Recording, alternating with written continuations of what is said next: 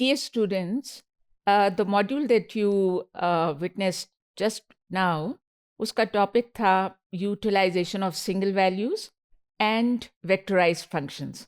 लेकिन उसमें मैं single values तक ही मैंने अपने आप को महदूद किया और अब मैं बात करूंगी vectorized functions की. So what you need to consider here is that another benefit of the vector-oriented behavior of R is that you can use vectorized functions to accomplish relatively laborious tasks easily. अब ये जो कुछ मैंने कहा इसके लिए let's look at an example. If you would like to sum, add up, or multiply all of the entries in a numeric vector, you can simply use the command, the function sum, and then you put the parenthesis, and then inside that parenthesis you write the name of the vector, the elements of which you are wanting to add up, and you get the result. Otherwise, अगर आप और तरीके से चलेंगे तो it might take longer. इसी तरह अगर आपने प्रोडक्ट उनको मल्टीप्लाई करना है उन सारे नंबरों को, then you can use the function as you can see on the slide PROD, यानी प्रोडक्ट पूरा लफ्ज़ नहीं बल्कि PROD. So let me demonstrate this to you. If I go to R and if I look at this workspace that I was using in a previous module, I can develop a new one. So let me call it FOO, that which is you are now very familiar with. अब इसके साथ मैं अगर एक vector create कर लूँ जिसमें ज़रा मुश्किल से नंबर हम लिखते हैं 776 and 908 and -57.33 and minus 1.2088. चले इतने ही काफ़ी हैं. ये एक हमारा है और हम इनको ऐड करना चाह रहे हैं नंबरों को फॉर वट एवर रीज़न. तो अब मैं क्या करूं, जैसा मैंने बताया, if I type SUM and then I open and close the parenthesis, and then I get inside, and then I write the name of the vector which I have just now created, FOO. अब आप इसको enter करें and you should get the result. पेशतर इसके मैं enter करूं, थोड़ा सा अंदाज़ा कर लेते हैं. ये तकरीबन 800 है, नॉट रियली. 8 और 9 1700, और उसमें से ये 57 माइनस करें और 1 माइनस करें, यानी कुछ 1650 या समथिंग. बहुत ही रफली मैं बात कर रही हूँ. तो अब एंटर करके देखते हैं कि एक्चुअल एग्जैक्ट आंसर क्या है. There you are, 1625.461. So I was not too much off, right? तो ये आपने देखा कि कितनी सिंपल सी कमांड है SUM by which you are able to do it. अब हम लोग स्टेटिस्टिक्स कर रहे हैं ना, तो हमें तो आपको पता है कि सबसे पहली चीज़ जो हम सोचते हैं किसी भी data set, numeric data set के हवाले से, दैट इज़ द मीन. सम की बात हम ज़रा कम सोचते हैं, अगरचे उसी को नंबर से डिवाइड करें तो मीन आ जाता है, लेकिन हमारे जहन में ज़्यादातर मीन आ रही होती है क्योंकि वो एवरेज का जो कॉन्सेप्ट.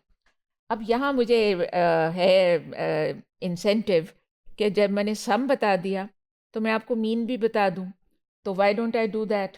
अभी एक ऐसा क्यों नहीं करती मैं कि मैं लिखूं सम, उसके बाद मैं पैरेंथेसिस, उसके बाद मैं उसके अंदर जाके FOO, और उसके बाद बाहर आके स्लैश, क्योंकि मैंने वो डिवाइड करना है ना जी नंबर ऑफ़ एलिमेंट्स से. तो नंबर ऑफ़ एलिमेंट्स कितने थे? 1 2 3 4. ये सिर्फ 4 ही एलिमेंट्स हैं जी. तो मैं 4 से डिवाइड कर देती हूँ. अब मैं एंटर करने लगी हूँ एंड देयर यू आर. 4 को 406 से मल्टीप्लाई करेंगे तो 1600, यानी वो जो है वो ठीक नज़र आ रहा है कि इट्स करेक्ट. तो बात सुने, ये इस तरह से करना चाहिए मुझे? Of course not, I don't have to. All I have to do now is to type MEAN और उसके बाद parenthesis, और parenthesis के बाद वापस अंदर, अंदर आप लिखें फू, आप आ जाएं बाहर और आप एंटर करें and you should get exactly the same result, 406.3653. So I'm going to do that now. There you are. अच्छा, अब ये मल्टीप्लाई वाला भी ज़रा कर लेते हैं। थोड़ी सी हैरत नहीं हो रही कि पूरा नहीं लिखा प्रोडक्ट लफ्ज़? जो स्लाइड पे आपने देखा वो सिर्फ PROD था। तो चलें हम करते हैं। बहरहाल PROD लिखा, उसके बाद जी ये पैरेंथेसिस, फिर अंदर आ गए, फिर उसके अंदर ये जो था फू, FOO। अब पहले ही थोड़ा सा सोच लें, ये जो था क्या कहते हैं इसको, 776 इंटू 908, अभी मुझे नहीं पता वो कितना है, लेकिन वो पॉजिटिव नंबर हैं तो ज़ाहिर है उनका प्रोडक्ट पॉजिटिव होगा। उससे आगे जो है वो नेगेटिव है तो फिर वो प्रोडक्ट नेगेटिव हो जाएगा। उससे आगे जो है वो भी नेगेटिव है तो फिर दोबारा से पॉजिटिव हो जाएगा। तो अब इसको ट्राई कर लेते हैं, मतलब अब मैं उस तरह नहीं कर रही, अब हम बस उसको एंटर करते हैं तो देखते हैं कि क्या आ रहा है। ऑल राइट, हाँ हाँ, काफ़ी से ज़्यादा बड़ा नंबर आ गया। और इसमें मुझे थोड़ी सी हैरत है कि ये पॉइंट्स में कुछ नहीं दे रहा। आप इसको अपने कैलकुलेटर पे भी ज़रा इन 4 नंबरों को मल्टीप्लाई कीजिएगा तो फिर देखिएगा कि ये सही है कि गलत है। सही ही होगा, पता नहीं, शायद राउंड कर दिया है कुछ थोड़ा सा, ये आप देखिएगा। अच्छा, लेकिन मुझे ज़्यादा इंटरेस्ट इस वक्त ये है कि मैं ये देखूं कि अगर मैं पूरा लफ्ज़ टाइप कर दूं PRODUCT तो क्या ये वर्क करता है? वी मस्ट डू दैट, क्योंकि देखें आपने सिर्फ आर ही तो नहीं सीखना ना, आपने तो और भी कितनी सारे सॉफ्टवेयर और इतनी सारी चीज़ें सीखनी है, और हर एक में एग्जैक्ट एक जैसा नहीं होता। तो कहीं पे हो सकता है कोई ऐसा भी हो जिसमें प्रोडक्ट पूरा ही लिखते हों, फिर आप यहाँ पे कंफ्यूज हो रहे हो कि अब वो वहाँ क्या लिखना था, इधर क्या। तो हर चीज़ मेमोरी में हर वक्त नहीं भी रहती। Of course I keep repeating the same thing कि the more you practice the better off you will be. Practice practice and practice. वो आप किसी और चीज़ की करेंगे, पाइथन की या किसी और की, तो उसके हिसाब से प्रैक्टिस करेंगे। इसकी करेंगे तो इसके हिसाब से, फिर ज़्यादा जब प्रैक्टिस कर लेते हैं ना, फिर वो आपको एक किस्म का इंट्यूटिवली आपको पता होता है कि यहाँ पे मैंने क्या करना है। अच्छा जी, अभी ये जो था ना, ये ज़रा कॉम्प्लिकेटेड ज़्यादा था, तो अब मैं YEY एक और बना लेती हूँ और इसको ज़रा मैं रखती हूँ सिंपल, ताकि अब जो हम करें वो हमें प्रोडक्ट नज़र भी आए कि वही है।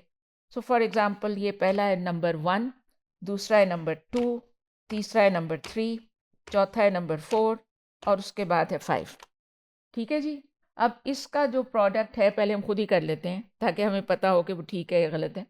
सो 1 2 ज़ा 2, 2 3 ज़ा 6, 6 4 ज़ा 24 एंड 5 इंटू 24 इज़ 120। ठीक है जी।